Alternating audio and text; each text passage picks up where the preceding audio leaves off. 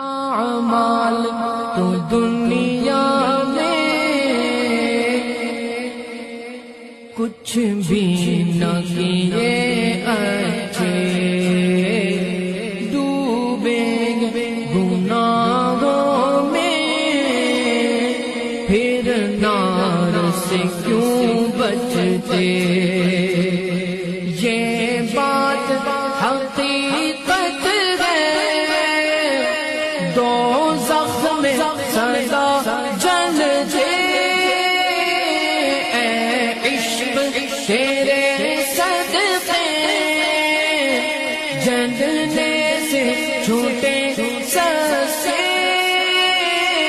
اے عشق تیرے صدقے، جلنے سے چھوٹے سستے، جو آگ بجھا دے گی، جو آگ بجھا دے گی، وہ آگ لگائی ہے۔ آپ سب برادران اہل سنت و جماعت، السلام علیکم ورحمۃ اللہ تعالی وبرکاتہ۔ کافی دنوں تک انالائز کرنے کے بعد میں نے سوچا کہ اب یہ وقت صحیح ہے اس مدے پر گفتگو کرنے کے لیے، تاکہ صحیح سچویشن سے آپ سب کو آگاہ کر سکوں۔ آج کل ایک عجیب صورتحال دیکھنے میں آ رہی ہے کہ ایرانی سپریم لیڈر علی خامنئی کے قتل کے بعد بعض سنی نما مشائخ پیرزادگان، علماء اور طلباء کی جانب سے اس قدر افسوس اور غم کا اظہار کیا جا رہا ہے کہ انسان حیران رہ جاتا ہے۔ حد تو یہ ہو گئی کہ کچھ لوگوں نے انہیں شہید قرار دے دیا، اور بعض لوگوں نے تو جذبات میں آ کر انہیں دور کا علی و حسین تک کہہ ڈالا۔ کچھ حضرات نے ان کے لیے دعائے مغفرت کی، اور کچھ ایسے بھی سامنے آئے جو خود کو یتیم کہنے لگے، گویا ان کا اپنا باپ دنیا سے رخصت ہو گیا ہو۔ یہ طرز عمل نہ صرف حیران کن بلکہ شرعی اور فکری اعتبار سے انتہائی قابل غور بھی ہے، کیونکہ قرآن مجید واضح طور پر اہل ایمان کو خبردار کرتا ہے، یا ایہا الذین آمنوا ادخلوا فی السلم کافۃ ولا تتبعوا خطوات الشیطان انہ لکم عدو مبین، سورہ بقرہ آیت نمبر 208۔ اے ایمان والو، اسلام میں پورے کے پورے داخل ہو جاؤ اور شیطان کے قدموں کی پیروی نہ کرو، بے شک وہ تمہارا کھلا دشمن ہے۔ لہٰذا ان تمام سنی نما مشائخ پیرزادگان اور علماء سے ادب کے ساتھ عرض ہے کہ خدارہ اس معاملے میں جذبات کے بجائے دین کی اصولی رہنمائی کو سامنے رکھیں۔ کسی سیاسی یا فرقہ وارانہ مفاد کو اسلامی جنگ کا نام دینا اور اسے امت مسلمہ کی جنگ قرار دینا ایک انتہائی خطرناک طرز فکر ہے۔ ابھی ایک دو دن قبل کسی جلسے میں یا جلوس میں اتحاد کے نام پر شیعہ سنی بھائی بھائی کے نعرے لگائے گئے۔ اگر واقعی اتحاد ہی مقصد ہے تو پھر سوال یہ ہے کہ اتحاد صرف مولا علی کرم اللہ تعالی وجہ الکریم کے نام پر ہی کیوں ظاہر کیا جاتا ہے؟ مولا علی تو پہلے ہی اہل سنت و جماعت کے مقدسات میں شامل ہیں، ان کی محبت ہمارے ایمان کا حصہ ہے۔ اگر حقیقی اتحاد کا مظاہرہ کرنا ہی ہے تو پھر ان مقدسات کے نام پر بھی نعرے بلند کیے جائیں جو اہل سنت و جماعت کے نزدیک ایمان کا حصہ ہیں، جیسے گلی گلی نگر نگر ابو بکر ابو بکر، گلی گلی نگر نگر عمر عمر عمر عمر، یا غوث المدد، حق معین یا معین، دم مدار بیڑا پار، هو الباقی هو الخادم، یا وارث حق وارث۔ تب معلوم ہوگا کہ اتحاد واقعی برابر کے احترام اور تمام مقدسات کی تعظیم کے ساتھ ہے، نہ کہ صرف ایک مخصوص زاویے سے۔ ابھی کچھ حضرات فوراً ایک گیان دینے کے لیے آ جائیں گے اور دلیل پیش کرنے لگیں گے کہ علی خامنئی نے ایک فتویٰ دیا تھا جس میں شیخین، امہات المؤمنین اور دیگر صحابہ کرام پر تبرہ کو ناجائز قرار دیا گیا تھا۔ مگر یہاں ایک بنیادی سوال پیدا ہوتا ہے کہ شیعہ مذہب کی ایک معتبر ترین اور معروف کتاب الکافی، جس کے بعد کتاب الایمان والکفر باب تقیہ میں لکھا ہوا ہے، التقیۃ دینی و دین آبائی ولا ایمان لمن لا تقیۃ لہ، تقیہ میرے اور میرے آبا کا دین ہے، اور جس کا تقیہ نہیں اس کا ایمان نہیں۔ اسی کتاب میں ایک اور روایت موجود ہے، التقیۃ ترس المؤمن، ترجمہ جس کا یہ ہوتا ہے تقیہ مومن کی ڈھال ہے۔ اور پھر ان کی معتبر ترین کتاب بہار الانوار میں یہ جملہ بھی منقول ہے، التقیۃ تسعۃ اعشار الدین، جس کا ترجمہ ہوتا ہے تقیہ دین کے 10 حصوں میں سے 9 حصے ہیں۔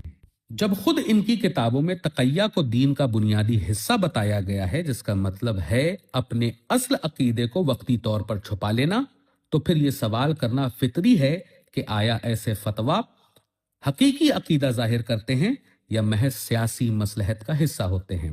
اگر وہ فتویٰ واقعی اخلاص پر مبنی تھا تو پھر آج بھی 9 ربیع الاول کو عید زہرا کے نام پر بعض مقامات پر شیخین کے پتلے جلانے کی خبر کیوں آتی ہے؟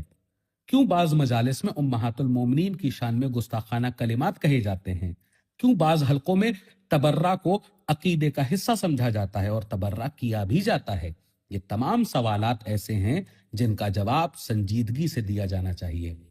اسی طرح ایک اور پہلو بھی قابل غور ہے کہ آج دنیا میں جو سیاسی کشمکش جاری ہے اسے بعض لوگ فلسطین کی آزادی کی جنگ کے نام سے پیش کرتے ہیں، حالانکہ حقیقت یہ ہے کہ مشرق وسطیٰ کی سیاست میں کروڈ آئل، نیوکلیر پروگرام اور اسٹریٹ آف ہرمز جیسے عوامل بنیادی کردار ادا کرتے ہیں۔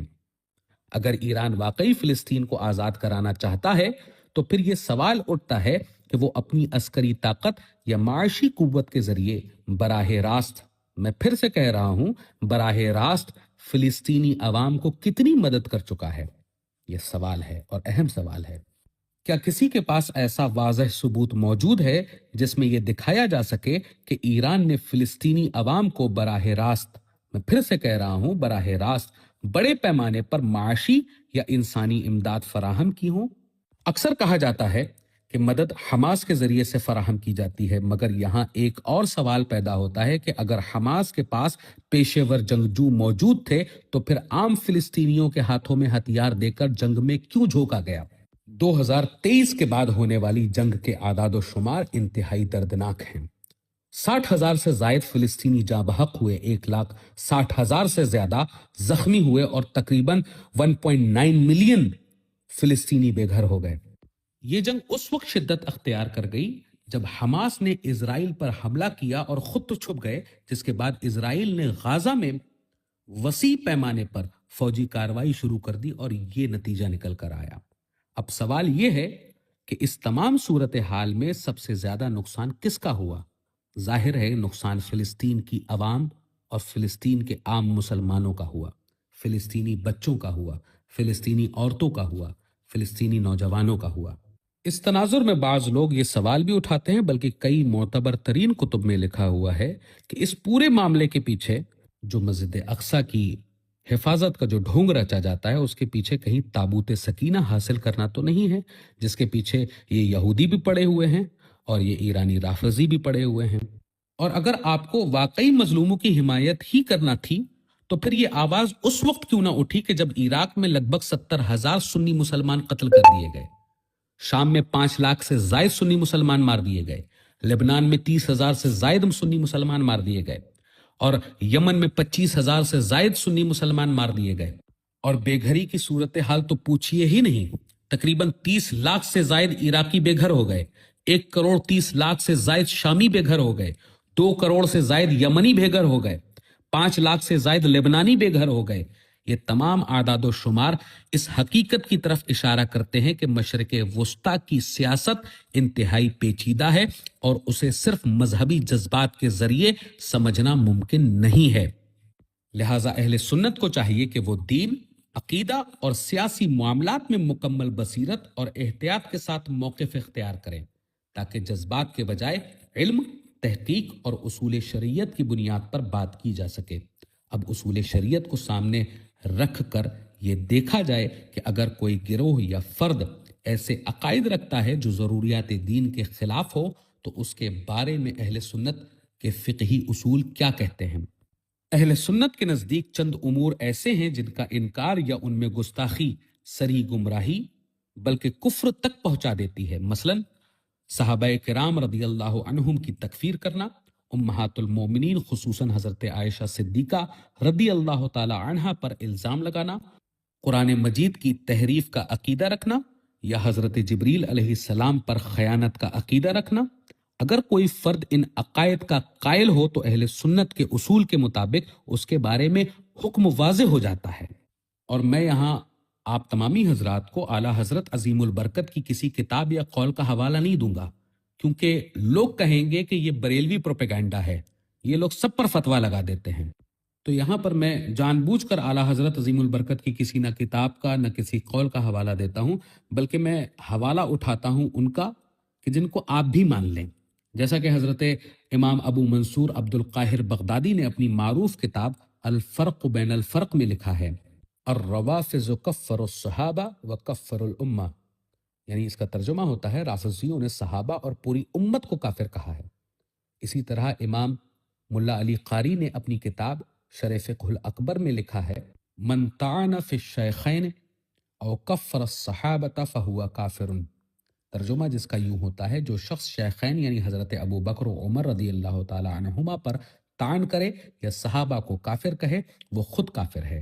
فقہ اہل سنت میں ایک اصولی قاعدہ بھی بیان کیا گیا ہے جسے علماء نے متعدد کتب میں ذکر کیا ہے، من شک فی کفر کافر فقط کفر، جس کا ترجمہ ہوتا ہے کہ جو شخص ایسے شخص کے کفر میں شک کرے جس کا کفر واضح ہو وہ خود کفر میں پڑ جاتا ہے۔ اس کی وجہ بھی فقہا نے بیان کی ہے، لِأَنَّ مَن لَمْ يُكَفِّرِ الْكَافِرَ فَقَدْ صَدَّقَهُ فِي دِينِهِ، جس کا ترجمہ ہوتا ہے کیونکہ جو کافر کو کافر نہ کہے گویا اس نے اس کے دین کو سچا مان لیا۔ یہ اصول اس بات کی طرف توجہ دلاتا ہے کہ عقیدے کے مسائل میں جذباتی یا سیاسی مصلحتوں کی بنیاد پر موقف اختیار نہیں کیے جا سکتے۔ لہٰذا اگر ایسے کسی شخص کے بارے میں جس کے عقائد اہل سنت کے نزدیک واضح طور پر باطل ہوں لوگ اسے شہید قرار دیں، اس کے درجات کی بلندی کی دعا کریں یا اس کی مغفرت کی دعا کریں تو یہ عمل اہل سنت کے اصولی موقف سے ٹکرا جاتا ہے۔ اسی لیے اہل سنت و جماعت کے علماء ہمیشہ یہ نصیحت کرتے آئے ہیں کہ دین کے بنیادی عقائد میں کسی قسم کی مصلحت یا جذباتی وابستگی کو دخل نہ دیا جائے۔ لہٰذا ضروری ہے کہ ہم دنیاوی سیاست، وقتی جذبات اور ظاہری نعروں کے بجائے اپنے ایمان اور عقیدے کی حفاظت کو مقدم رکھیں اور ہر معاملے میں قرآن و سنت اور ائمہ اہل سنت کے متفقہ اصولوں کی روشنی میں ہی موقف اختیار کریں۔